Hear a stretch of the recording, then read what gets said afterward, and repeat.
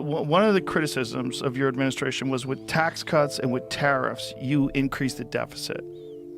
So what was the strategy behind that? And did you think it was going to increase the deficit by a substantial amount? Okay, we were ready to rock.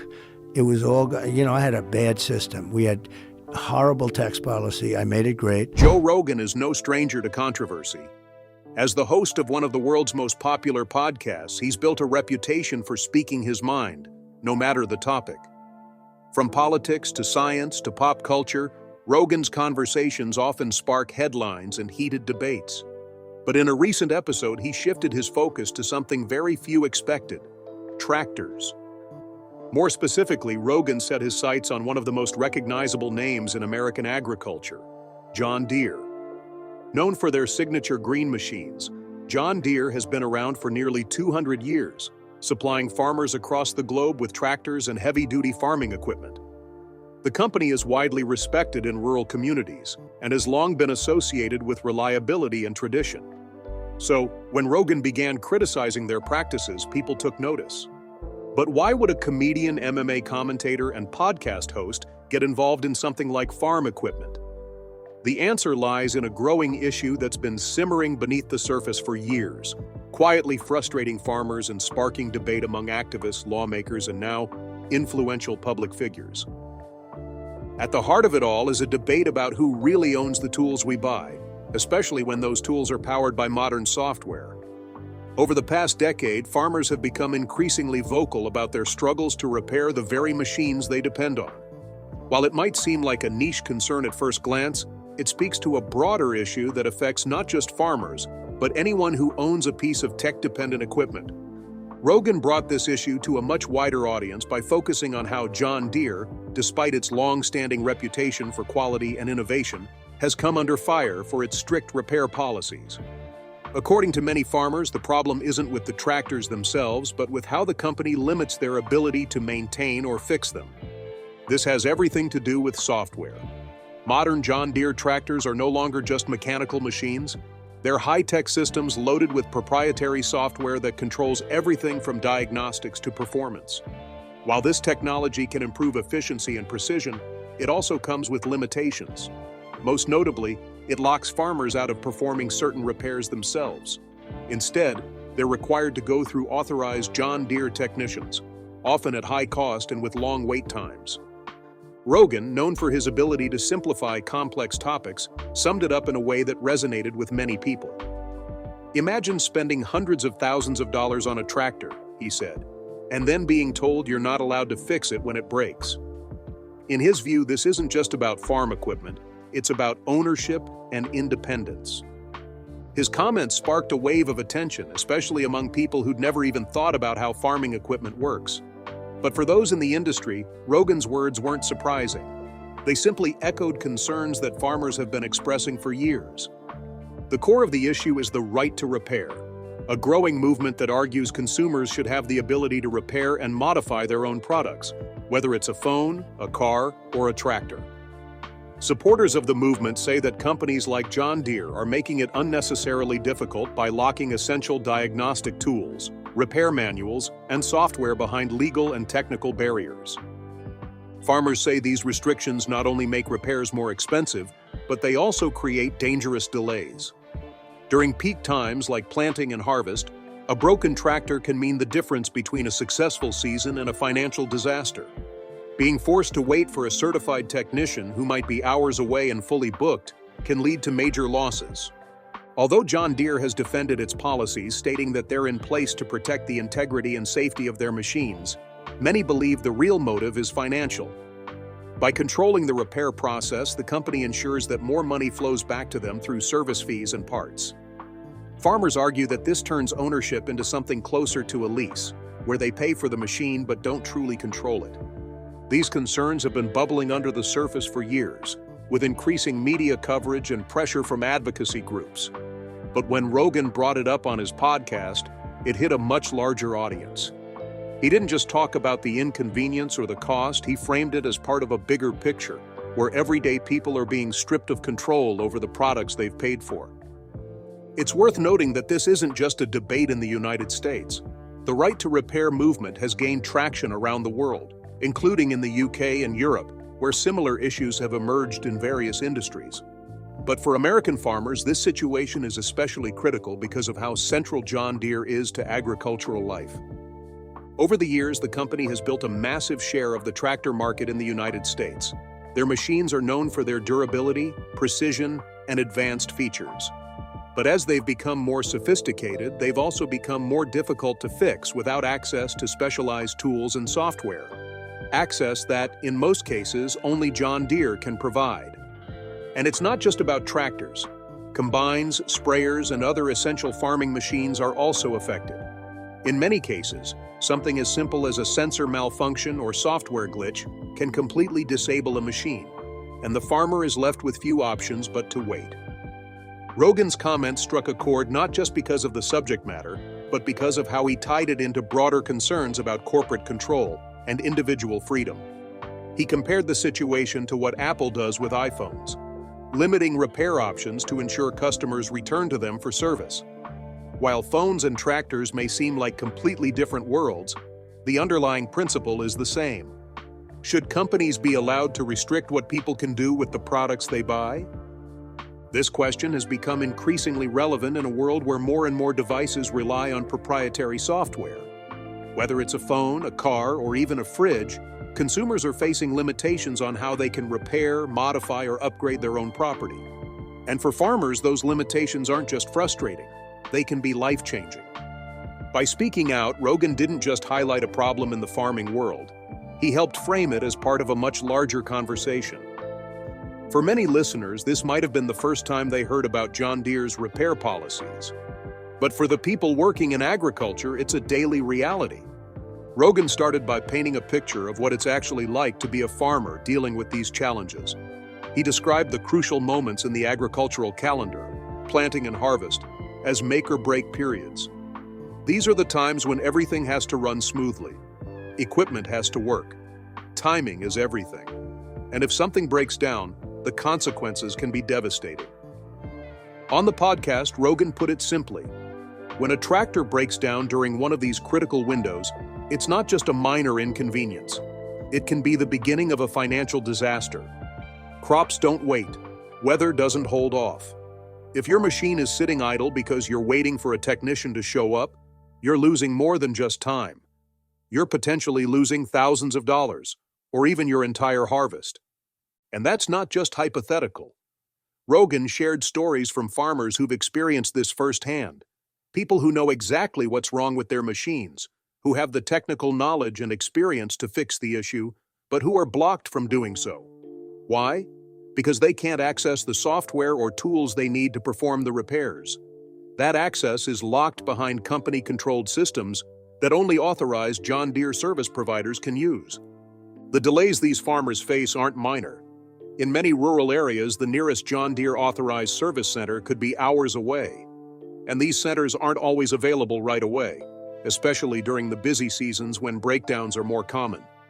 That means farmers are sometimes left waiting for days before someone even arrives to look at the machine. During that time, their crops are still in the field, exposed to the elements and vulnerable to rot or weather damage. This waiting game has real consequences. Rogan pointed out that farming is already a tough business with thin margins and unpredictable risks. Add in delays like this, and it becomes even harder for farmers to stay afloat. He said that for many of these people, it's not just about losing a day's work, it's about losing everything they've worked for. And then there's the cost. One of the most frustrating parts for farmers is that they're often paying thousands of dollars for repairs they believe they could have done themselves, if only they had the right information or software. Rogan mentioned that farmers have told him about being charged outrageous sums for what turned out to be relatively simple fixes, things like sensor replacements, software resets, or basic mechanical issues. What makes it even more difficult is that many of these repairs require proprietary diagnostic tools.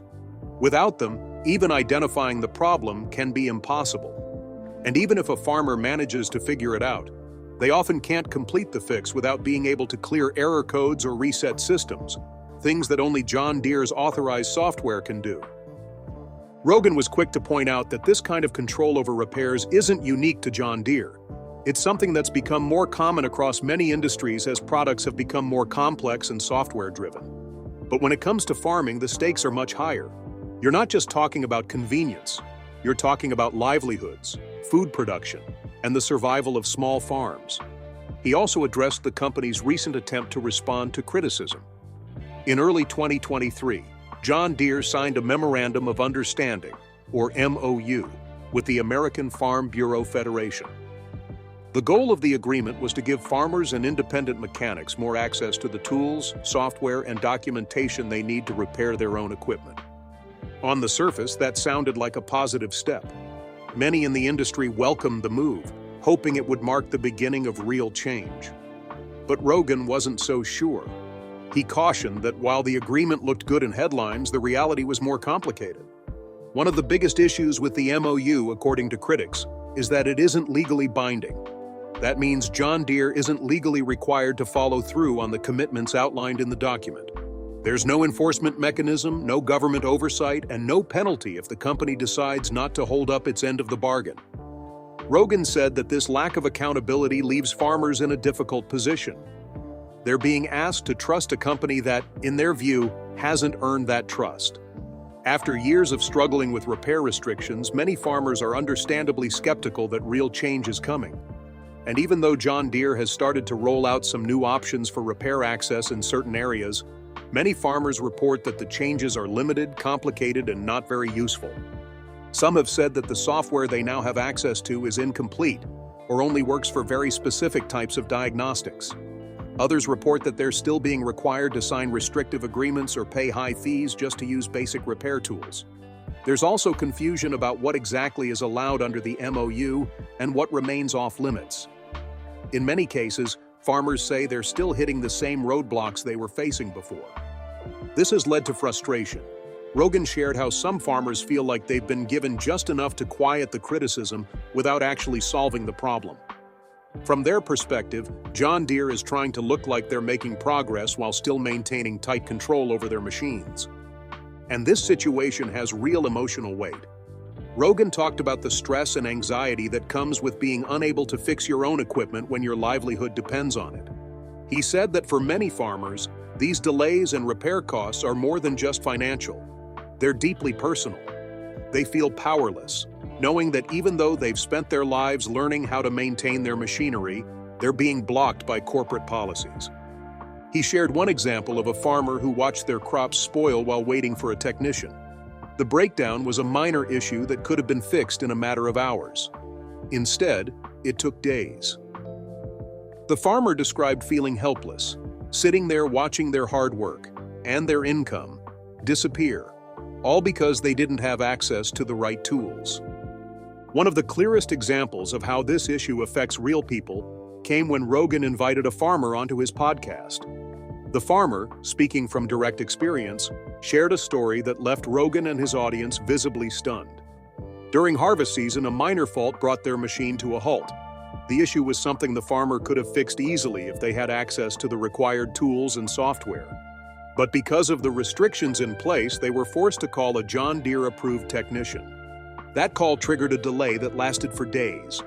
The technician had to travel from another part of the state, and by the time the repair was finally completed, a large portion of the crop had already been lost.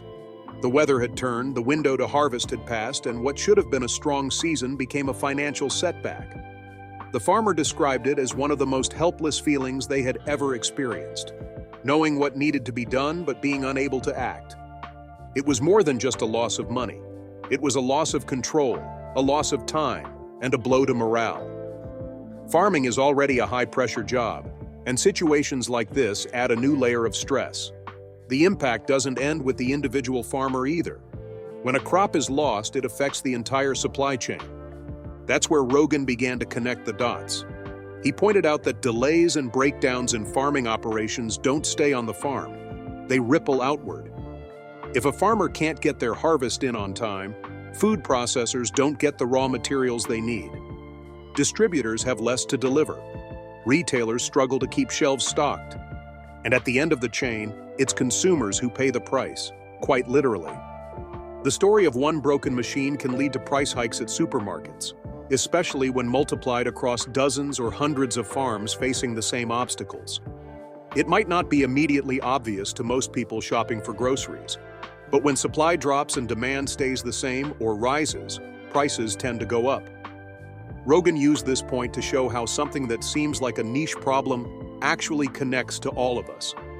If farmers can't work efficiently, everyone pays for it eventually. He made a comparison that helped listeners relate more directly. He pointed to the way tech companies like Apple limit people's ability to repair their own devices. Whether it's needing a special tool to replace a screen or being locked out of essential functions, unless you go to an authorized shop, the model is the same. Control stays in the hands of the company, not the customer. According to Rogan, this approach is dangerous when applied to essential industries like agriculture. While it's frustrating not to be able to fix your phone, it's potentially disastrous not to be able to fix the machine that plants or harvests food. He argued that allowing farmers to repair their own equipment isn't just a matter of convenience, it's a matter of national interest. The ability to grow and deliver food efficiently should be supported, not hindered by manufacturers. That's why the public response to Rogan's comments was so strong. His words echoed the frustrations of many farmers, but they also struck a chord with everyday consumers who are growing increasingly wary of how companies limit their rights. The idea that you can spend hundreds of thousands on a piece of machinery and still not be allowed to fix it yourself feels wrong to many people. And when that machinery is directly tied to food production, the stakes get even higher. Despite the growing pressure, John Deere has stood by its policies, saying they're necessary to ensure the safety and reliability of its equipment. The company argues that letting anyone access the software that controls its machines could lead to improper repairs, increased risk of accidents, or unintended consequences in the field. While these concerns aren't entirely unfounded, farming equipment is complex and powerful. Critics argue that safety has become a convenient excuse. Rogan is one of those critics. He suggested that the company's true motivation is financial. By keeping repairs in-house, John Deere can continue to generate revenue from service fees, software subscriptions, and parts sales. He believes that the safety narrative is being used to justify control over the repair market, rather than protect users. And he's not alone in thinking that way. Many farmers and independent mechanics have expressed similar concerns, saying they feel squeezed out of the repair process on purpose. Some lawmakers have started paying attention as well. A number of states in the U.S. have introduced or passed right-to-repair legislation aimed at tackling these types of restrictions. These laws vary, but the general goal is to make sure that consumers, and in this case farmers, can access the tools and information they need to fix their own property. It's a fight that continues to gain momentum, and public voices like Rogan's help bring it into the spotlight. What's becoming clear is that this isn't just a policy debate, it's a cultural one. It's about how we define ownership in a world where so many products are controlled by software and protected by legal agreements. In the past, buying something meant it was yours to use, modify, and repair. Now, that idea is being challenged. For Rogan, the solution is simple. Give people back the freedom to repair what they own. He doesn't claim to have all the answers, but he's using his platform to ask the right questions. Why should a farmer be locked out of their own machine? Why should anyone have to get corporate permission to make a simple repair? And what happens when those policies threaten not just businesses, but food supply and economic stability? These are the questions that matter, not just for farmers, but for all of us. Because if we continue down a path where only companies can fix what they sell, then the concept of ownership starts to break down. It's no longer about having something, it's about renting it indefinitely and only on the company's terms. Rogan ended his segment on the topic with a call for continued awareness and dialogue. He said that this issue won't go away on its own. It will take pressure from farmers, from consumers, and from the public at large to bring about real change. And while progress is being made, he believes there's still a long way to go. He urged listeners to think critically about the products they buy, the companies they support, and the rights they expect to come with ownership. Whether it's a tractor or a toaster, the principle remains the same. If you paid for it, you should have the right to fix it. In the end, this story is about more than John Deere. It's about fairness, freedom, and the future of how we interact with the machines that shape our lives. Rogan's spotlight may have started with farming, but the conversation it sparked is much bigger. And if the reaction to his comments is anything to go by, it's a conversation that's only just beginning.